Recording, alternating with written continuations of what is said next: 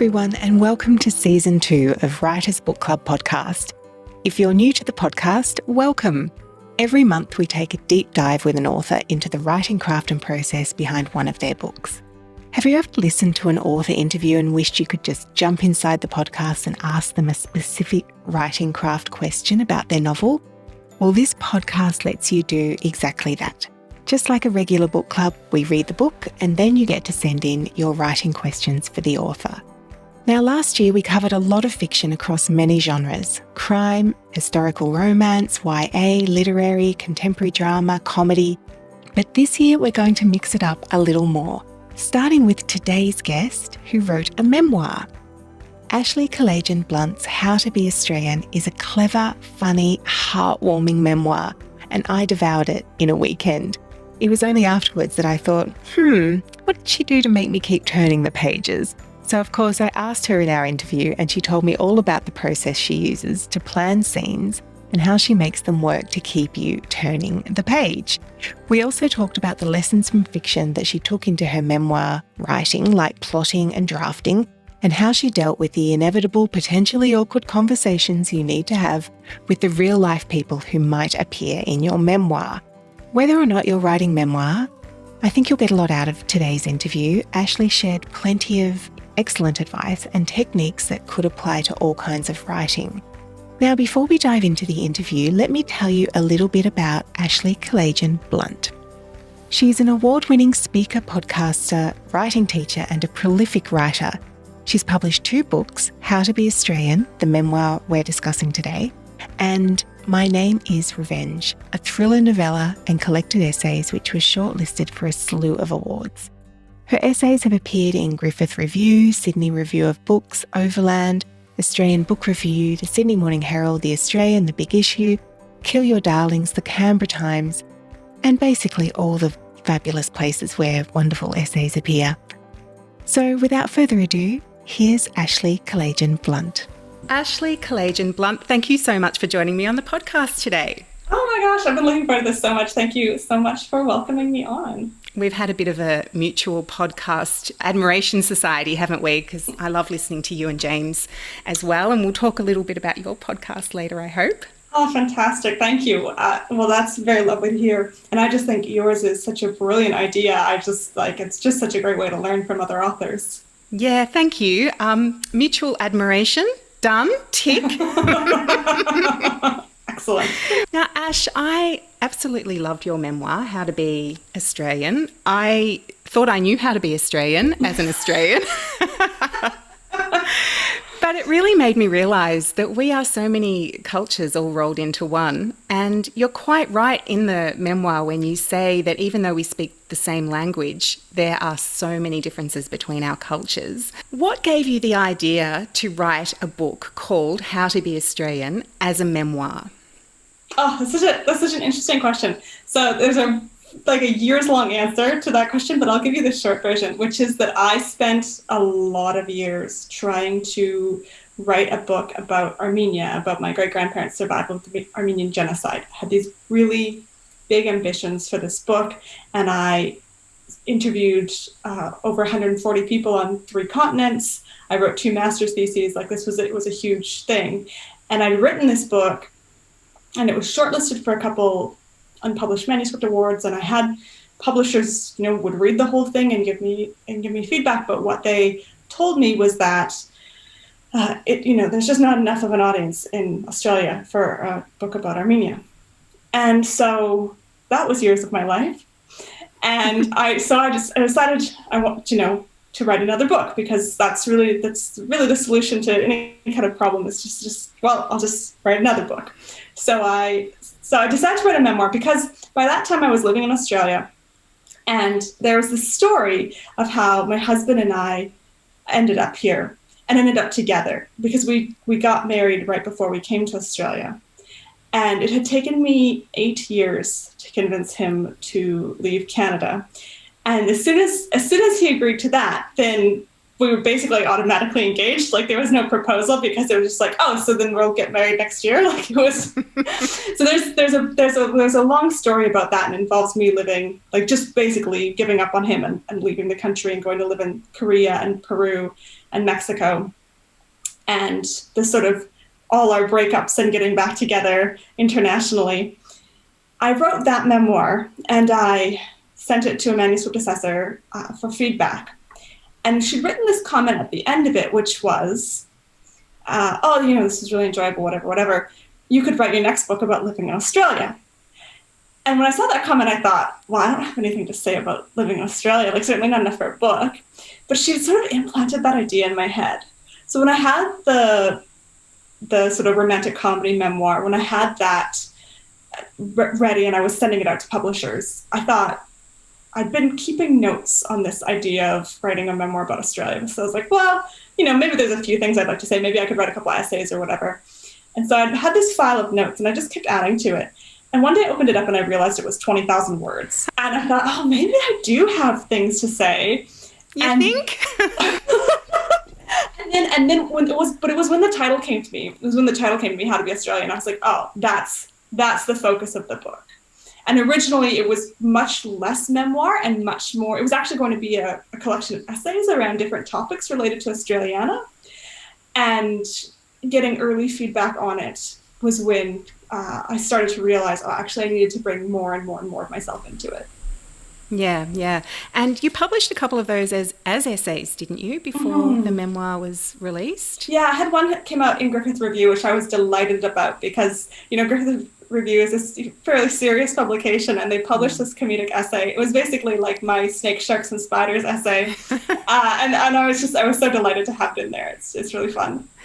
I learned a lot, actually, about Australian wildlife from your book. Oh, wonderful. Well, that's the secret of the book, is that based on the title and the cover and everything, you think, oh, this is a book that's written for other migrants, like visitors.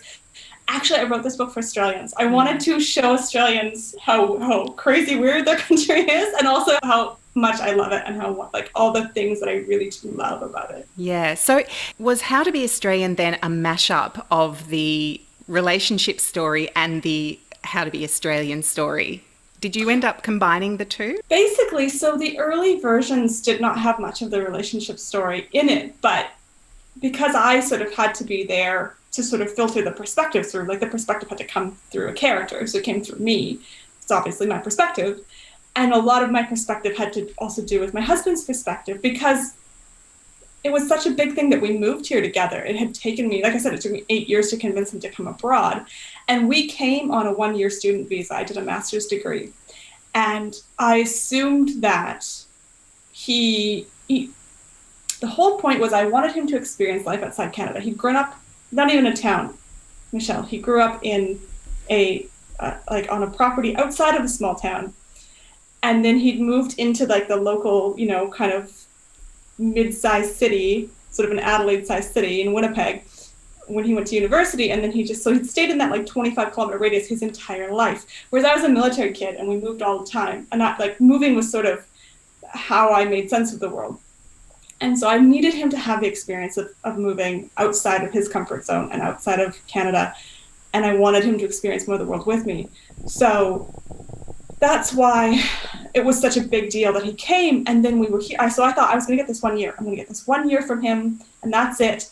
And then we came here, and then he got this great job, and he was like, oh yeah, it's great here. Like, let's stay for a while. And I was like, well, wait, I wasn't ready for that. This is really far away from everything. What are we doing?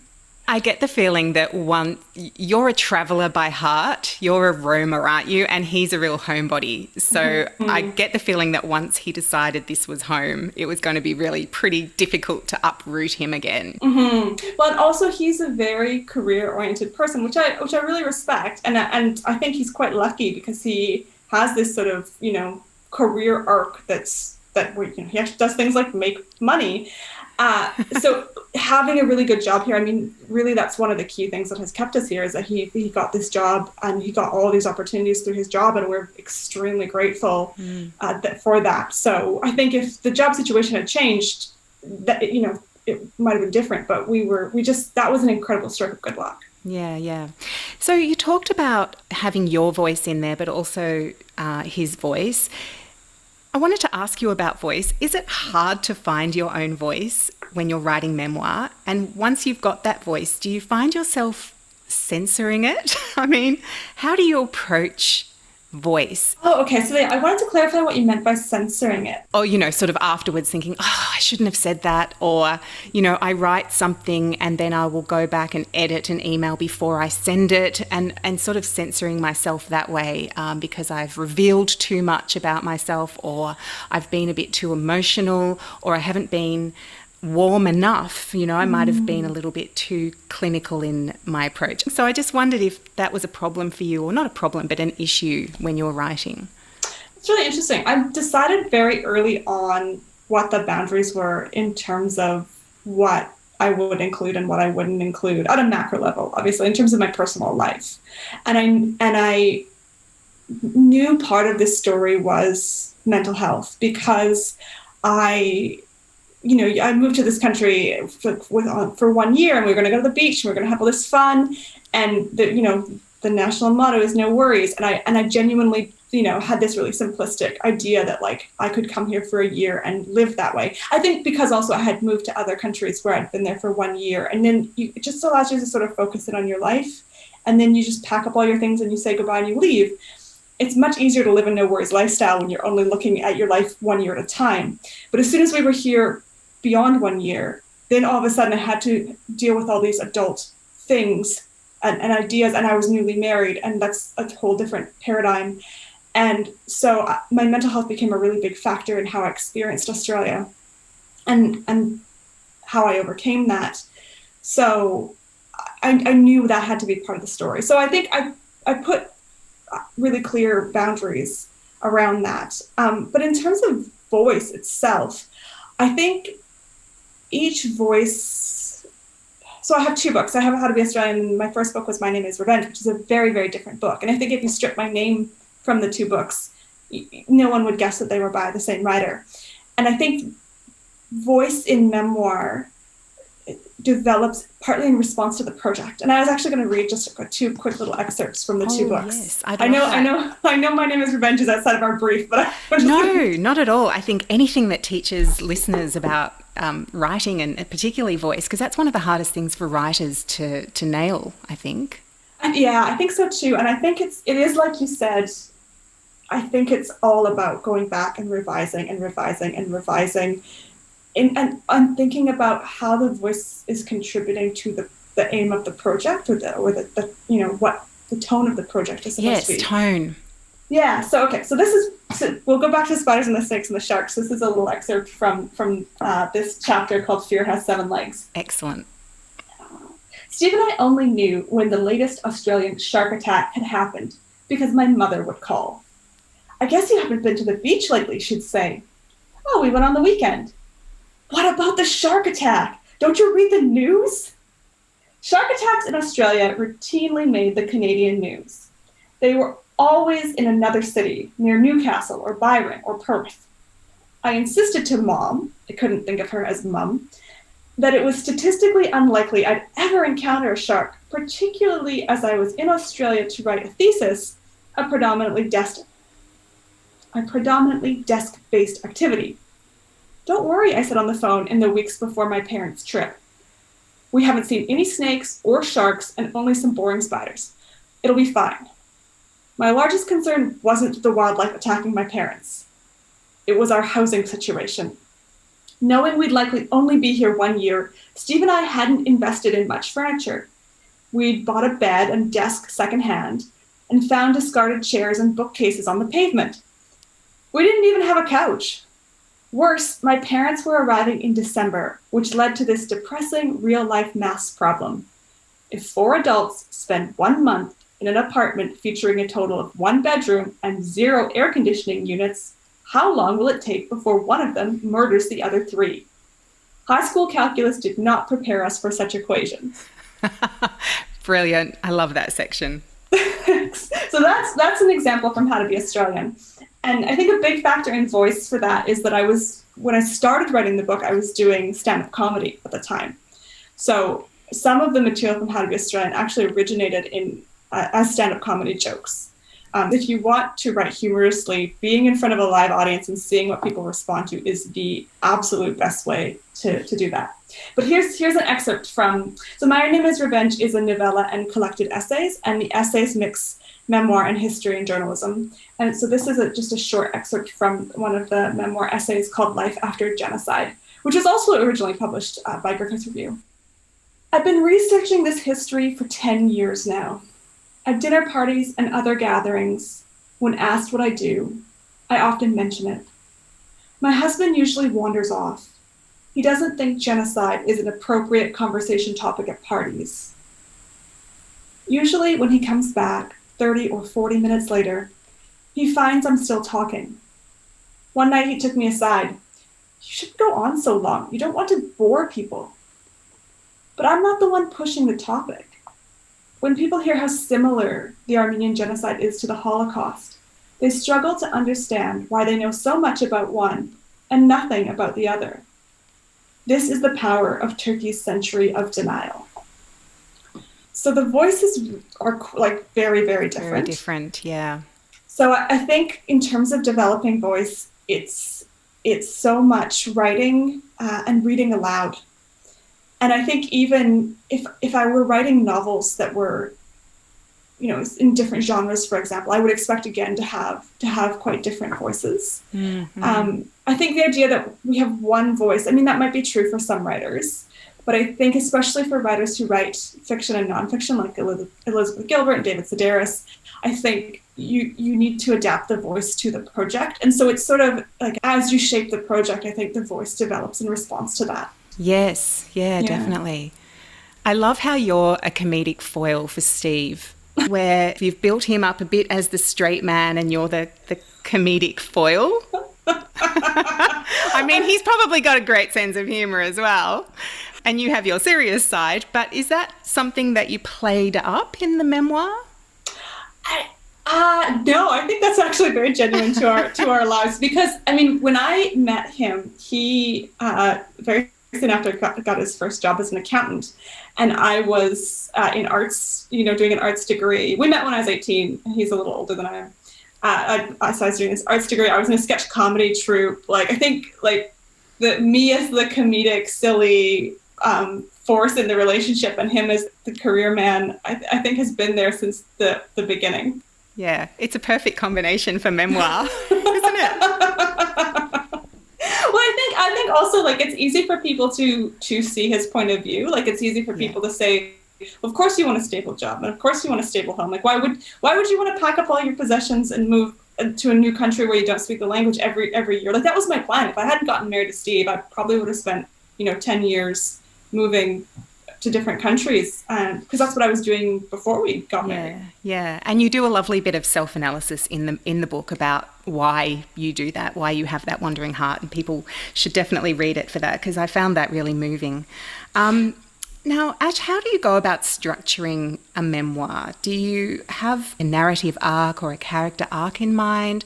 Well, when I decided it was to make it narrative as opposed to essay structure, I knew that I had to contain it. So memoir, like biography, is a story of someone's whole life, and most of us wouldn't write a biography unless we're famous.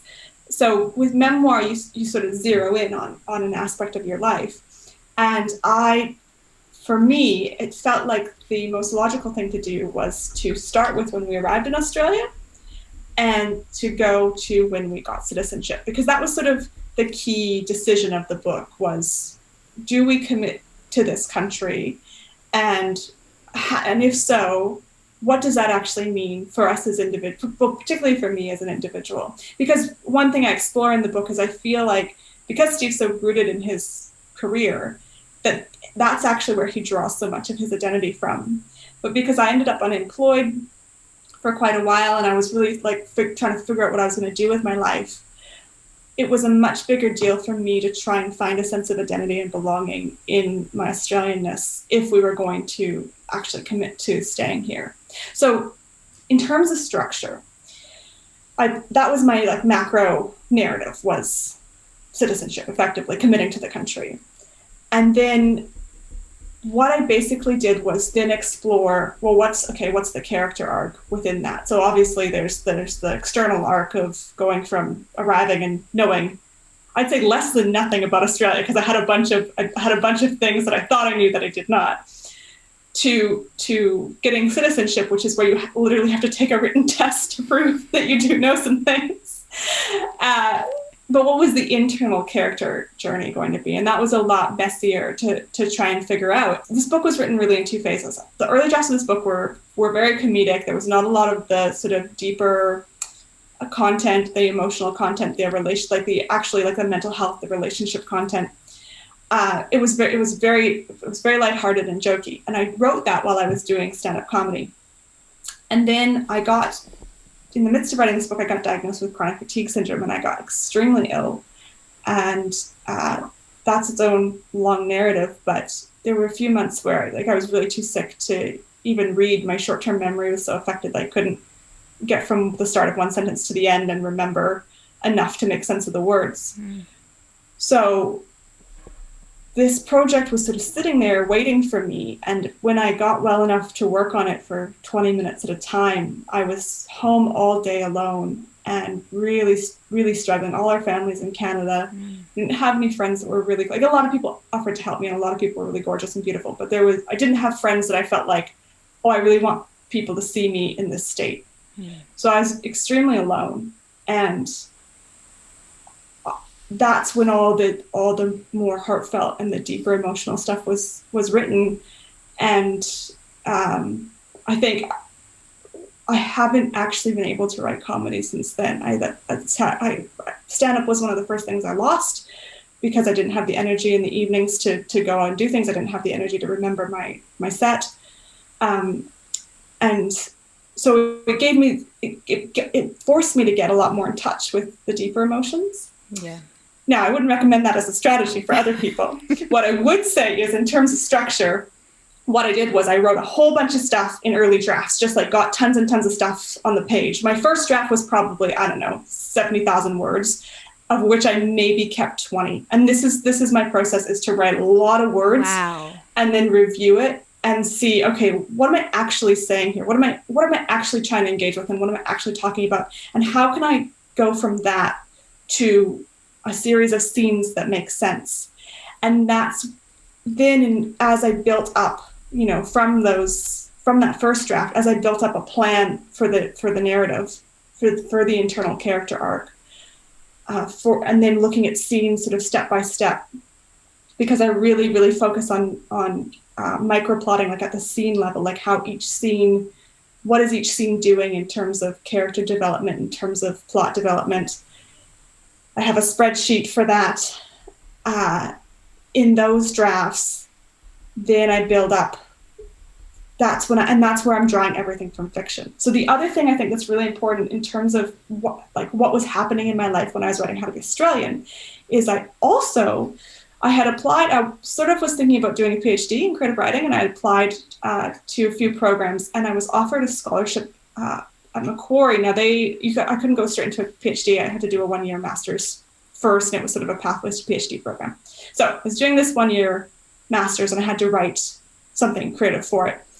And I'd had this question from the Armenia project. I had this question in my mind about this series of terrorist attacks that happened in the 1970s related to the denial. And in particular, a terrorist attack that happened here in Sydney, in Dover Heights, where the Turkish consul general and his bodyguard were assassinated in broad daylight by an Armenian group of terrorists, and they've never been caught. It's still unsolved. And so that was the project I wanted to do as part of the master's.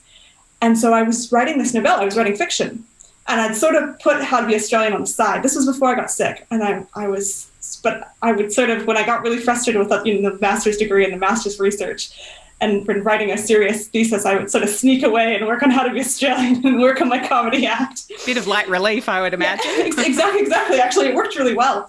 But because I was doing this novella, I took a course with Toni Jordan on plotting. Oh, she's wonderful. Oh, she's brilliant. And it was actually, novellas are really hard to get published. This is a known thing about novellas. However, I think it's actually really smart. If you want to learn how fiction works and you want to learn how to plot, a novella is a great way to do that because it's short and contained.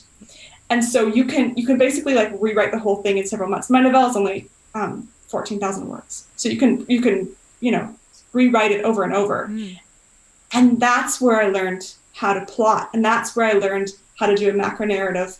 And then I took all of that I learned from this novella that's written from the point of view of a terrorist, and I put all of that in then to How to Be Australian, because I had realized, oh, this is how this all works. This is the structure, particularly at the micro level, the scene level, is the engine of the story. It's what drives the story. And so it doesn't matter how good your characters are and how beautiful your setting is and how brilliant your sentence structure is and innovative and fresh and creative. If you don't have structure working at both the macro and the scene level, your book's not going to go anywhere.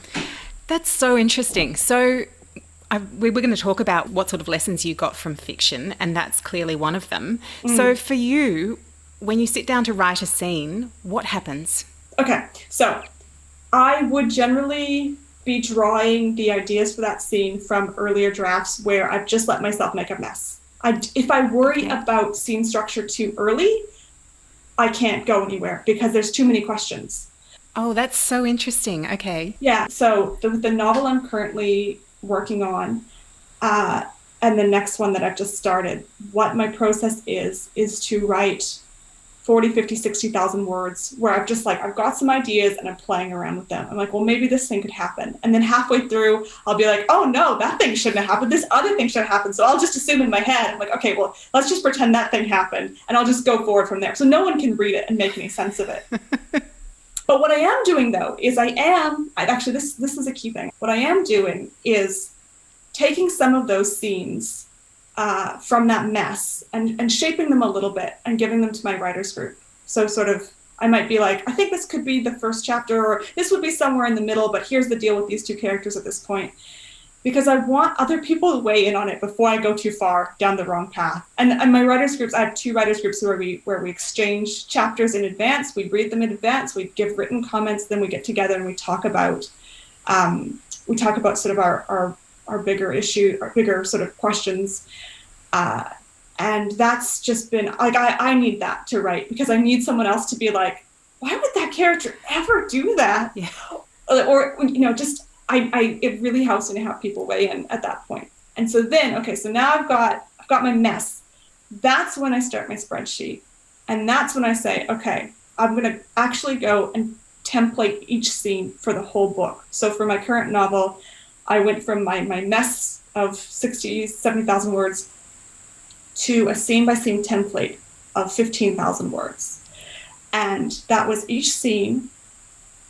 What are the 5 parts of the scene? So, we think of things as having a beginning, middle, end, but actually scenes need to have 5 parts. So what are the 5 parts of the scene? And that, one of those parts is always the scene builds to a choice. The main character of that scene, generally speaking, has to make a choice. And then we need to see the results of that choice. So what choice is being made in that scene? How is the scene, is the scene starting positive and ending negative? Is the scene starting negative and going double negative? So what's the valence of the scene? I'm also looking at what are the character motivations, and what does the characters expect to happen when the scene starts? Because generally I want to circumvent that. So I've got my template and I've shaped that all out. I've seen how that plays out across the narrative now, and then I sit down and I will actually write that scene the way I hope it will be, in some form in the final story. And I have to be willing at that point still to throw out entire scenes, which I'm still I'm doing a significant revision of this current novel right now, and I'm still removing some scenes and writing entirely new scenes where I'll start from that template that I've got. Yeah. So I'm just thinking of How to Be Australian. There are certain times where you say, I want to go to Darwin, for example, and I don't know if Steve is going to want to come with me. So that is that sort of like the central question. And how is that going to affect my relationship, and what's going to happen when I get back, and what's going to happen, obviously, during the trip to Darwin. That's a great example. So I went to Darwin. The chapter is called Welcome to the Wet. I just opened it up. And there's often multiple things, happening in terms of the character arc. But so in this scene, the goal is to experience Darwin. At this point, I'm traveling on my own because I realized Steve isn't going to travel with me nearly as much as I want. He's not interested in. When I was young and naive, I pictured marriage as like, oh, we're married, so now we do everything together forever. And one of the things I learned after a few years is like, well, screw that. Like, if I want to go to Darwin and Steve doesn't want to go, I'm still going to go to Darwin. Yeah. Especially because I was teaching at university at that time, so I had a lot more holiday than he did. I had a lot more flexibility than he did. Yeah, and you actually ask the question in the first couple of paragraphs, which aspect of my solo traveling was most helping me, the travel or the solo? And that's a great setup. Well, thank you. At this point in the macro narrative, one of the bigger questions is like, are things going to work out with Steve? Because that's effectively one of the themes of the book is really like, how do you make a relationship last? Like at this point, we'd been together, probably 14 years, including the 8 years that we dated. And it was that sort of like, we're transitioning from young adults to more mature adults, and how do we make that work together? So in the Northern Territory chapter, there's 2 Northern Territory chapters, actually. One of them is just experiencing Darwin. And then the second one is that we go up to Victoria Falls to swim. And in the swimming chapter, there's sort of a backstory about how Steve taught me to swim when we arrived in Australia against my wishes. He sort of forced me to learn to swim, even though I fought him every step of the way. And I'm so grateful because I love swimming so much now. And so I was reflecting on this gift that he had given me, like that, he's not effusive, he's not romantic. He had sort of settled into this daily existence where work was the most important thing in his life, and I felt very secondary. But then I realized, I'm like, no, if you think about it, actually, there's all these beautiful things that he does, that they're just not like, flowers on Valentine's Day or whatever, or romantic dinner dates.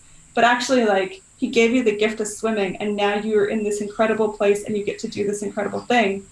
And so the decision there was to turn in towards the marriage, effectively. And I think that's one difference, that's one great example of the difference between certain types of fiction and most memoir, is that memoir is more like literature where your turns in your scenes are probably going to be quieter. They're probably going to be, smaller. Like a turn, like in a thriller book, like a classic turn is like, oh, there's been another murder.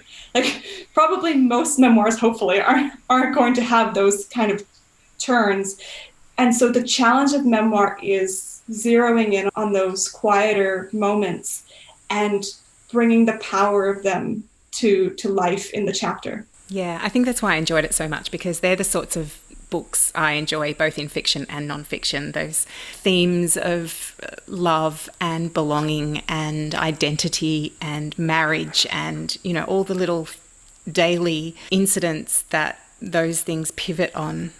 I love all of that. It's riveting because you just are so invested emotionally. And I was very emotionally invested in your memoir. You said before that your chronic fatigue syndrome hit in the middle of writing that, and I could feel that emotion on the page. Oh. I wanted to dive in and basically say, I'm here, I'll come and give you a hug, I'll come, do you know what I mean? Which is so interesting because the fatigue is never mentioned in the book. I know, the book ends in 2016. Yeah, but the emotion, and I didn't know actually, because I know that you do suffer from chronic fatigue syndrome, but I didn't know whether that was during the writing of this book or when that had actually occurred in relation to this book. But I could feel the emotion on the page, and at times your loneliness and your emotional struggles. And it just made me want to go back in time and say, I'm here, I'll be here for you, I'll be your friend. That's so sweet. Thank you. Actually, I had a friend in Canada after she read it. She's like, your book made me really angry. What? That you're not here?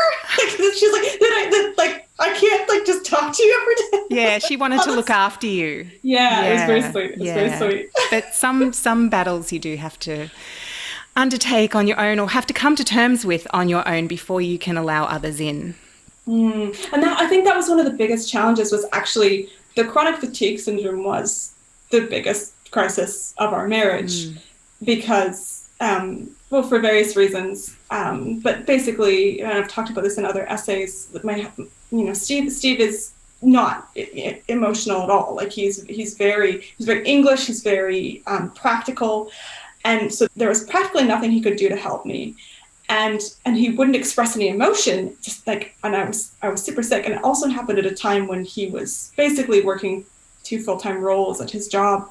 And so was, away 12 or 14 hours a day. And I was exceptionally alone. So I was pouring all of this emotion into those scenes, even though I was writing about a different time in our marriage. Those emotions were very, very real to me. Those themes of identity and belonging and even career choices and those awful pivotal moments where we just wonder, I've invested so much time in this. Is it time to actually cut and run or stick with, all of those themes were so relevant to me and probably to a lot of other people. Did they emerge from the writing, or were they things that you specifically wanted to write about in the memoir? A lot of them emerged from the writing because when I started the book, because I was picturing it as essays, I thought I'd have one essay about like Australian vocabulary and the words I love versus the words I refuse to use, and what I thought certain idioms meant, like when I had to guess what they were, and things I can't pronounce. And you can see those things now are sort of woven through the chapters. So that was originally how I envisioned it, was this series of really lighthearted, like goofy topics.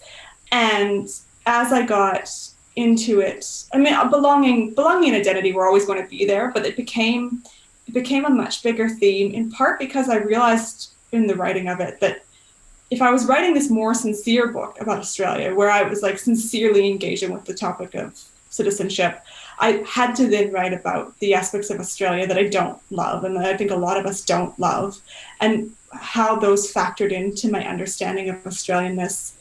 And so that was a big challenge, because I didn't want the book to be political, but also everything is political by nature. And I'd written this other book about my parents being genocide survivors and being able to come to Canada, not as refugees, because Canada was not accepting refugees, particularly Asiatic, quote unquote, refugees in 1920, but that they just happened to be lucky enough to have a relative there who had a job and therefore could pay the exorbitant fees to allow them into the country. But if they were, Rohingyan today and they were refugees, then they'd be sitting on Manus Island or where, so I had to engage with those themes. I couldn't turn away from them, even though just the tone around that was the hardest part of the book, was how do I pull in these heavier themes? And I was so lucky that I got to talk to a First Nations Australian about his understanding of identity. And he gave me a really, really generous interview, but he also happens to be, a competitive pole dancer. Yes. So there was a tone of lightheartedness. It wasn't a conversation that was so heavy. He had a great sense of humor, but had also had the additional challenge of not being a straight guy. So his sexual identity had presented another layer of challenge in terms of how did he experience his identity and belonging, not only in Australia, but also in his own community. Gosh, we could talk about that side of things. It's possibly serendipitous that we're talking on the day after the day that shall not be named on January 26th, but that provided actually some of the conflict. And I wanted to talk to you about conflict, because compelling writing, as we know, normally contains conflict. The wildlife provided the drama, but the relationship issues and the whether we will stay or not stay, and the citizenship roller coaster, and that whole central question about, if we're saying yes to living in Australia, we're basically saying no, we're not going to be around for our potentially aging parents in the future, and I haven't seen my nieces and nephews growing up and all of that sort of stuff. And it's such a enormous levels of conflict in all of that. Was that something that you deliberately wove in, make sure that there were always stakes rolling along? I mean, I hate to be clinical about the writing process, but... No, be clinical. That's how good writing happens. Yeah. I really believe good writing, you have to be analytical and you have to be clinical. Yeah. Yes. So there's two little sticky notes that I kept on my computer until now. They're like just tattooed on my brain. And one is conflict structures narrative. Like there's no narrative without conflict. There's just like exposition, reflection. And the other one is something I took from author Pamela Cook, which is tension on every page. And that's from New York literary agent Donald Maas. So tension on every page and conflict structures narrative. And when I talk about scene structure, that's right at the heart of it. So actually, I have a little reading that I wanted to do. It's a few pages. Yes, please.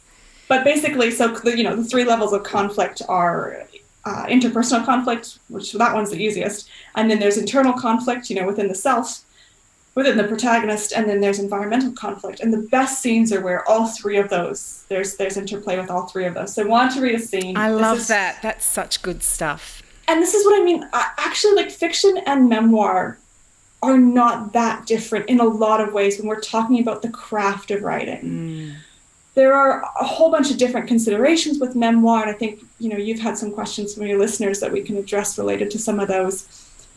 But in terms of the craft, in terms of the scene by scene, you use all the same techniques and strategies. And that's why I feel comfortable writing both fiction and memoir. I can move between the two because of that. So, okay, here's this excerpt. So this is early in our time in Australia. And I'll just preface, if you haven't read the book, I was in Winnipeg and it was a -40 winter. It was -40 for 3 months that winter, and that's -40 Celsius.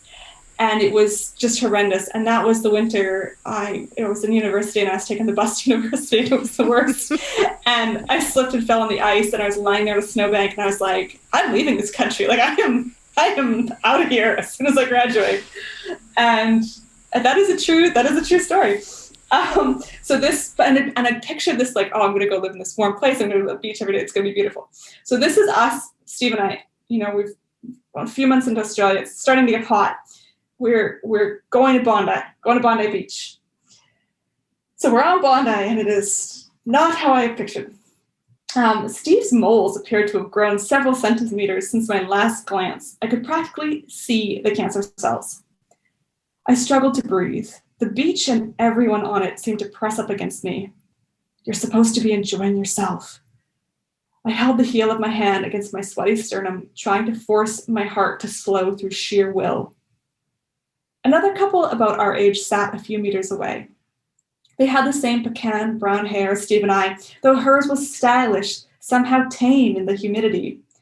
They sat side by side, facing the waves. Though I couldn't overhear them, it was clear they were having a lively conversation. He was telling a story, making animated gestures. She threw her head back, laughing. I doubted they were talking about sunburn. Closer to the water, a girl of about 3 played with her mum. Wearing purple water wings, she hovered on the edge of the surf, splashing in the shallow water, giggling and racing away when the waves approached. Maybe that was the secret. To have that level of beatific ease, you had to be born here. Next to us, someone reached over and turned up the music.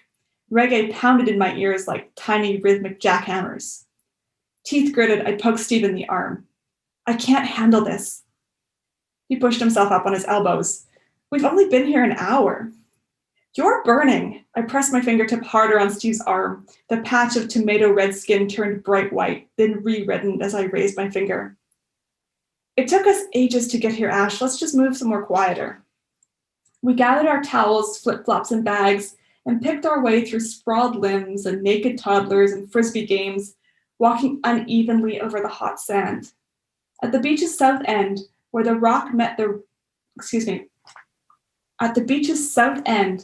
sand met the rocky cliff edge, we dropped our things. I shook my towel and let it drift onto the sand. My left hand felt oddly light. Despite being crusted in sand, my fingers felt naked. I glanced down. My wedding rings, the rings Steve had custom designed and engraved with our names and wedding date, were not on my finger. Despair punched through me. I could forfeit most of my material possessions easily, but I loved those rings. More than feeling distressed at my own stupidity, I felt the symbolic significance of losing my rings on the beach. I sank to my knees, crying into my hands. Steve's Englishness went on red alert. In his view, crying in public is barely acceptable behavior for babies, let alone grown women. Crying in private was likewise unacceptable, but at least there was no audience. He stood in front of me, trying to conceal my rampant emotions. "Stop it," he said. "What's wrong?" Before we'd left the apartment, Steve had reminded me to take my rings off. Twice. I'd still forgotten. How could I admit I'd lost them? I waved my hand and gestured towards where we'd been sitting. I stumbled to my feet. I needed to get back up the beach as fast as possible. "Stop crying, I can't understand you. Did you step on a stone?" This made me cry harder. I flapped my hand at him again. "My rings, they're, I don't know, on the beach, I think." Steve slapped his hands onto his head as if to keep the top from popping off in frustration. He grabbed our beach bag and started back towards the magenta tent. I struggled behind him, suffocated by the noise and heat and people. My thoughts tumbled over themselves. I said, "Don't wear your rings to the beach." "I know. Then why did you take them off here?" "The sunscreen makes them slimy." Less than 10 minutes had passed by the time we arrived back at the patch of sand between the reggae lovers and the bronze blondes. My rings weren't in sight. And I'll skip to the end here. Before the shaggy-haired man with the metal detector came and worked his way back and forth across the sand, I wasn't sure we'd find the rings, but I was certain they were there somewhere, just out of sight. 20 minutes later, when the guy gave up and left to continue his search for loose change or landmines or whatever, I accepted that the rings were no longer there. Someone had taken them, and that was it. They were gone. Which wasn't an ideal precursor to me telling Steve that I wasn't sure I could stay in Australia. Oh, Ash. So the part of that's a totally true story, the only part of it that's not in there is that was also Christmas Eve. Yeah. I love the tension in that as well. All the little build-ups, we're not having a good time. I'm worried about the sunburn. And then the rings and having to tell him. And it's just... And also, you can't bring yourself to say thongs for flip-flops, can you? Actually, I just don't think of it. I just don't, because in Canada, it means underwear. I know. So it's just not what I think of. But yeah, I think I picked that example in terms of conflict because all the layers of conflict are there. And even the interpersonal conflict isn't just with Steve, but it's with all the other people on the beach. There's conflict with everything. So here's an example of a detail that where I edited out the truth, which is that the rings, then there's a description of the rings in there, but I cut it just for brevity. But my rings were cubic zirconia. And there's a whole long story there, which is that actually I'm not that keen on material possessions. And I think that diamonds are, environmentally destructive and culturally destructive and just a waste of money. So I didn't want rings at all. I've written an essay about this that was in the Sydney Morning Herald. But Steve's very traditional, and he felt like if I didn't have an engagement ring, people would think he was cheap. It's like, wow, okay, well, I guess I have to have one then. So we compromised, and we got these gorgeous rings, real gold, but cubic zirconia. And the money that he would have spent on a diamond, we donated it to the organization that I'd volunteered with in Peru, and they set up medical appointments and dentist appointments for children there, for impoverished kids. I love that, Ash. That's brilliant. Well, and see, I wanted that in the book because I feel like that says a lot about who Steve and I are as people. Yeah. But everyone said that completely cuts the tension of you losing the rings because suddenly for the reader, it's not such a big deal that because it's like, oh, well, just replace them. And that wasn't the point. The point was the shame and horror I felt at having not listened to him and ruined our day. And also now ruined, whenever I go to Bondi Beach, I think about losing those rings. So it's an example of how the truth just did not work in the narrative. So I let the reader assume that they're diamonds. I refer to them as the stones, and then you can assume, the reader will just assume that they're diamonds. Yeah. Actually, And, you know, the rings were still worth something because there was quite a bit of gold, but it wasn't the financial issue that was really the problem. It was the sentimental issue. So what you're saying is it would have shifted the focus away and pulled people out of the tension, basically. Yeah, exactly. Because they're thinking about the financial costs, because for them it's like, oh, we'll just replace them. And that's a great example of how having a writer's group is so good, because I've got 4 other people reading this chapter in my writer's group. If one of them had said, take out that detail, I might have been like, oh, but I really like that detail. But when all of them said, take out that detail, I was like, oh, you guys are right. Okay, fine, I'll take it out. It's got to go. I think that's called killing your darlings. Yeah, exactly. But then I turned that into an essay. So I actually took that and I was like, well, this is something I feel really strongly about, and I actually would like to share it, because I do think, I think it'd be great if people, instead of getting diamonds, donated money to causes that matter to them. Like, wouldn't that make, like, be amazing? So it's like, I feel strongly about this. I want to put it in an essay. Yeah, no, I love that. One other note I'll make about the rings on Bondi Beach is, in terms of the scene structure, obviously the scene begins, we arrive at the beach.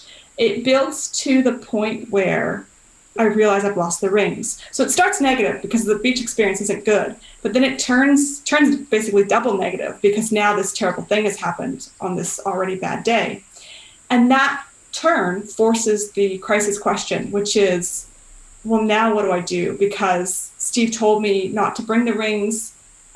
He warned me about this, but if I don't say anything, how am I going to find them? Like, then I have no chance of finding them. So I wrestle with that crisis, and then I make a decision, which is, okay, obviously I have to tell Steve.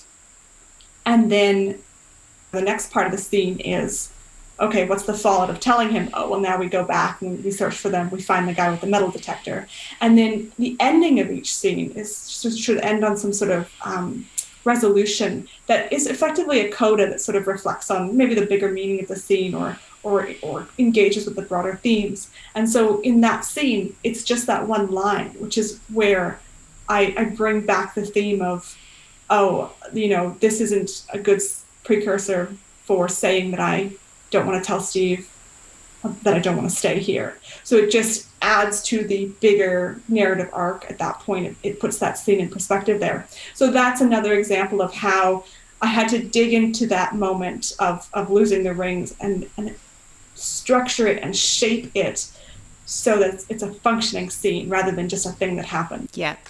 So I was going to ask you about that idea of truth in memoir. So would you call How to Be Australian creative nonfiction, or is it pure like, what is the difference? How do you see those genre distinctions? Oh, I think memoir is a creative nonfiction is an umbrella term of which memoir is one subgenre effectively, because there's no way to take real life and put it on the page and then be like, this is the ultimate truth. There's always that element of crafting. Now, how much crafting goes into it, you can, look at different memoirs and expect different levels of attention to truth. So, for example, I'm reading Chanel Miller's Know My Name. She was a victim of sexual assault on campus in the United States and went through that whole rape trial. And her memoir is brilliant. And a memoir like that, I would expect that, any date she refers to, any fact she refers to, that those are all the absolute truth. But she's still obviously shaping a narrative. Whereas, someone like Zoe Norton Lodge, who's a comedic writer, read her memoir, and I don't care if any of it's true. And it's just, her memoir is called Almost Sincerely, and it's a series of comedic essays, because I'm not reading it for the truth of, in kindergarten, did you actually spill your milk on the teacher? That doesn't matter to me. What matters is is this funny and does it resonate? Because that's what I'm reading it for. So with my memoir, the facts of it, no one cares about the facts of it. That's not, no one's going to it and being I really want to know what Ashley was doing on March 3rd, 2014, because that really matters to me. So there's especially with the timeline, I've shifted a lot of things around with the timeline to make them work in terms of the narrative arc. And, the book presents this really simplified, we arrived and we both loved it, but then Steve wanted to say, and Ashley wasn't sure that she loved it. And then later on, character reversal. Now Ashley really wants to day, and Steve's not sure he wants to. Whereas in reality, we have both gone back and forth on that, sometimes minute to minute. So the emotional truth is all there and the emotional honesty is all there. But there's so much shaping and crafting that goes into making it work as a narrative. Yeah. And you can tell because it's very pacey. I couldn't put it down. I think I messaged you afterwards and said I couldn't put it down. Remember I said about the valence of scenes, yes. How like some scenes start positive and turn negative. It's those valence turns. That's what creates pace. And obviously having narrative questions that people want answered. But that pace comes from, I was amazed when I discovered that, because that pace comes from the microplotting. And that's what I put in the spreadsheet. I have columns for how my scenes are turning. So I make sure there's not too many that start positive and not too many in a row and not too many that end negative in a row. It's always switching. Do you maybe have a resource that we could share and put in the show notes? I always recommend, I get a lot of these terms I use, like scene valence comes from the Story Grid by Sean Coyne. Oh, yes. And they have, they're a whole industry now. They have their own podcast. They have their own courses. They have their own everything. And it can be a little bit overwhelming. But I recommend Toni Jordan. I don't know if she's teaching anymore, which is such a huge loss. But if Toni Jordan ever runs a plotting course, man, do it. Take that course. Yeah, exactly.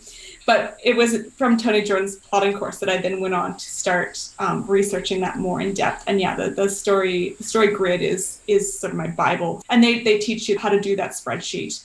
And you have to be really analytical and clinical. And I think some people don't think that's what writing is. If you want to be really creative in your language and you want to have that freedom, I think that's what those early drafts are for. And that's what, generative writing exercises are for. But if you want to make a narrative work, like a long form narrative, that's where you need the plotting and that's where you need the structure. Because you get all the creativity out in that big first messy draft, don't you? That's where the creativity comes in, and then you apply the structure. And then I guess at the end, then you come back in and you refine the voice. And in this kind of case, I refine the jokes. And yeah, so there's these phases, but that plotting phase is the most important. Yeah. Now, we had a couple of listener questions, and I think I'll combine them. So huge thanks to Petronella McGovern and Jen Pritchard for sending in this question along the same line. So Petronella asked, how did Ashley manage writing about her husband and other friends and family? Was there a lot of discussion and compromise? And Jen asked how you write about other people in the story. They will recognise themselves even if the names are changed, I'd imagine. So she's asking that as a question. So what do you say to that, Ash? Yeah, that's a great memoir-specific question. And I think the answer for this is going to be different for every memoir writer, because this is mostly a lighthearted book. So it wasn't hard for me to go to friends and say, hey, remember that time I visited you in Perth? Well, I wrote about it. And we had all that fun when we went to that footy game, and I had no idea what was going on. And let me send you this chapter, and if you could please read it and let me know, if you're okay with this. And I'm happy to. I tell people I'm happy to change your name if you want your name changed. I don't say that I'm necessarily willing to change any of the details. Like that's something we can negotiate, but it's not a blanket like I'll just change whatever you want. But I certainly, and there are people in here who's I've changed their names.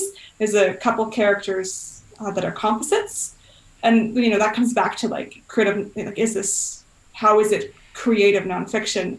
Well, it's composite characters which simplify the narrative for the reader. Whereas in like a book like Chanel Miller's Know My Name, like I'm expecting those aren't composite. I'm expecting those are based on the actual defense attorney and the actual rapist. So for me, I wrote the book, and when I had it in a place, basically when I had a publisher, then I went to friends and I said, and a lot of them knew in advance, and I said, like, here's the chapter where you appear, and I just sent them that chapter, and I said, let me know. I knew my parents didn't want to be written about a lot, and my editor actually asked if I could put in more of my parents. And that was one thing I said, no, they don't want to be on the page more, so I'm not willing to do that, and that was fine. But with Steve, because Steve was, it's funny with Steve because I never asked to write about him. I just wrote about him for years, and when we started dating, I was in a sketch comedy troupe, and then I was doing stand-up comedy. So he was used to me like talking about us in public. Didn't love it. And also I've been writing books. Like I wrote that whole other book about the two of us, like about our romantic comedy arc that we lived. And I think he wasn't expecting it to get published. I think that's the thing. I think he was fine with me writing it because I'd been writing for when this book came out, I'd been writing for 10 years. And My Name is Revenge had just come out the year before. So that 9 years I wrote seriously. So I think he was just like, oh yeah, write whatever you want. And then, so I said to him, I said, you have to read it, because he didn't want to read it. Because he said, quote, I lived it. Why would I need to read it? So I was like, I think you should read it. That's a huge amount of trust. Well, he's not the big, he is a big reader, but he reads mostly business books, right? Yeah. So this is, like, I can't think of another memoir other than Bill Bryson. So I got him to read it, and basically he read it, ignored all the heartfelt, emotional, lovely stuff that I put about him, and picked out jokes about himself that he didn't like. And he's like, you have to cut that, you have to cut that. So he lost a lot of good jokes. But he was the one person, because he's the other main character. So I was like, okay, obviously I'm going to cut those things. And he's been really good about it, because the question I always get is, how does your husband feel about your memoir? And I'm like, yeah, okay, that's a fair question. But he was a special guest at my Zoom book launch, and he was a real hit with the audience. I bet. Shades of Bill Bryson, actually. Oh, yeah. Ashley. I love Bill Bryson, but is he a big influence? Yes, absolutely. Amazing. Yeah. Anyone who loves Bill Bryson should definitely read this book. You'll love it. Well, see, and I think the thing is, if Bill Bryson had written about Steve's life, Steve would have said the same thing. He'd be like, I lived it. Why would I need to read it? I know. And then he wants veto over the jokes. Well, exactly. I know. Maybe you should have just taken his word. Oh, sure, no problem. I'll just go and publish. That's true. He wouldn't know. I never thought of that, Michelle. You're clearly a more devious mind than I am. Oh, my God. I couldn't have done it, though, I would have to say. Look, you have to read it. I'm sorry. I don't want something in the public domain that you are really going to hate, because he might not read it, but somebody else might read it and say, how did you feel about that time she said X, Y, Z about you? I think it's one of the things, we live in such different worlds that I think, other than family members, I think he doesn't expect anyone in his life to just encounter the book and pick it up and read it. Like I think that's so far from, the two worlds we live in are so separate. Because I'm sure everyone that he's interacting with is also just reading business books. Yeah. So. Ash, do you have any other words of wisdom to impart to potential memoirists? I think to not worry about any of that, like, what's so-and-so going to think? And should I write this or do I need to, I was very clear about what I wouldn't write about when I started. So there's, and I think one of the reasons that Steve is comfortable with the book being out there is, for example, there's nothing about your sex life in there. Like that was one of the things I was like, I'm just not going to write about that. So if you're looking for a sexy read, it's not this one. So it's perfectly fine to set those kind of boundaries in terms of like, what am I willing to talk about? What am I not willing to talk about at the beginning of a project? But after that, sort of just let yourself explore things on the page without the worry. And even if, you're multiple drafts into it, like when I ended up getting publisher, in our structural edit, we took out 10,000 words. I wrote 19,000 new words of various chapters. The chapter on Melbourne wasn't in the original draft. The chapter on Queensland wasn't in the original draft. I wrote all this new material, and then we cut another 10,000 words, I think. Wow. So it ended up being about the same word count, but it still went through huge changes. So, if I'd worried about so-and-so appearing in chapter 8, and then chapter 8 ended up getting completely cut. Might not have happened, yeah. All that worry for nothing, yeah. Exactly. So I think just let yourself explore the project and let it shape itself on the page. And then, worry about those things when they need to be worried about. Yeah, that's great advice. And what are you working on now? You talked about a novel, 2 novels. Yes, I'm writing a psychological thriller. So I've sort of gone back to where I started with My Name is Revenge, because the novella in that is a crime thriller. And I've always, this is the thing, this has been my whole career, is like, I wasn't brave enough to write this novella from the point of view of this terrorist. And then I sort of pushed myself to do that. And then same with the Australia book was a huge experiment, because I was like, I don't think I'm funny enough to write comedy. But I was like, well, there's no harm in trying. I guess I'll just give it a try and see if I can do it.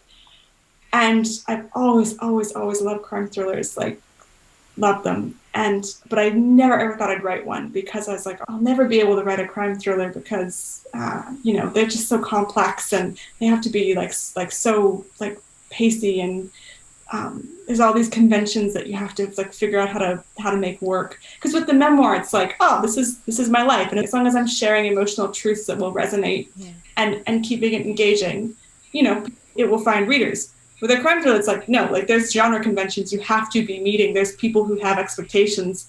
You need red herrings, and you need to know where to put them. Yes, exactly. That terrifies me. You need to know how the police work and all this stuff.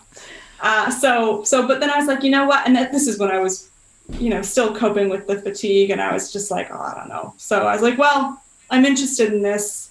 I'll give this a try. So yeah, I've written this crime thriller that I'm actually pretty excited about. Yay. And have started, and now I'm just finishing a revision of it, but I've been starting to think about the next one and getting excited about that. And each time now that I've done a full manuscript, I've refined that. I've been really analytical about my process and really refined my process. So How to Be Australian took me 5.5 years.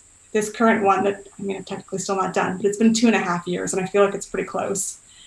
So I'm hoping the next one will be under 2 years. That's exciting. I'm working on under 10 years, so. Well, that's My Name is Revenge. From when I started it to when it was published was 9 years. So yeah, there you go. yeah. I think you should be able to push it a bit faster. Yeah, you would think. Yeah. Well, there's always other stuff going on in life though too, and I don't have children. Michelle. Oh yes, well, the kids. There's that. You're also producing this, child. It's a fairly major thing that you're putting out to the world. I know. And you also have the podcast with James. Tell us about that. James and Ashley Stay at Home is the podcast I do with James Mackenzie Watson, and it's about writing, creativity, and health. James also has a chronic illness. He has chronic inflammatory demyelinating polyneuropathy. And so we were both interested in how that shapes our perspective of ourselves and of the world. And there's a lot of other writers who engage with those kind of themes. We've interviewed a whole bunch of incredible Australian authors, Elizabeth Tan, Nardi Simpson, Emily Maguire. We've interviewed international authors. We just released an episode with Sarah Santillis where we talk about creativity, which was just a fantastic conversation. I've been saving that one up for my next walk. Oh, excellent, yes. Excellent. Yeah, no, I love her. She's incredible. She's such a good speaker, such a good speaker. So that's available, and we love to hear from listeners of our podcast. And then I also teach writing, and I have a couple courses coming up with major organizations, but they haven't been announced yet. So just keep following me on social media. Okay, follow Ashley on social media, and I will put all the links to all the places where you can find her in the show notes. Because if you are writing memoir, I'm going to be teaching memoir writing this year quite a bit. Oh, fantastic. So, yes. That's so good to know. And you can learn about this scene business. Are you going to be teaching the special secret scene business? Yes, I'm all about special secret scene business, and I've actually StoryGrid is by this guy who I think probably should have been an engineer but is a writer, and so he's really, really technical. So I've sort of simplified it into sort of okay, here's how to approach this in a simpler way. And also, if you're absolutely a beginner memoir writer, I will be teaching a 1-hour intro workshop on Tuesday, February 22nd at 6:15 p.m. Sydney, Melbourne time. That's online, and that's through Laneway Learning, which is a fantastic little organization out of Melbourne. So I'd love to see you there, but that one is for real beginners. I'll have a few more courses coming up that'll be for people with more experience in writing. Absolutely brilliant. So make sure you send me those links, and I'll put them in the show notes. I have one last question, Ashley Kalagian Blunt. Yes. Do you feel Australian? I was thinking about that the other day.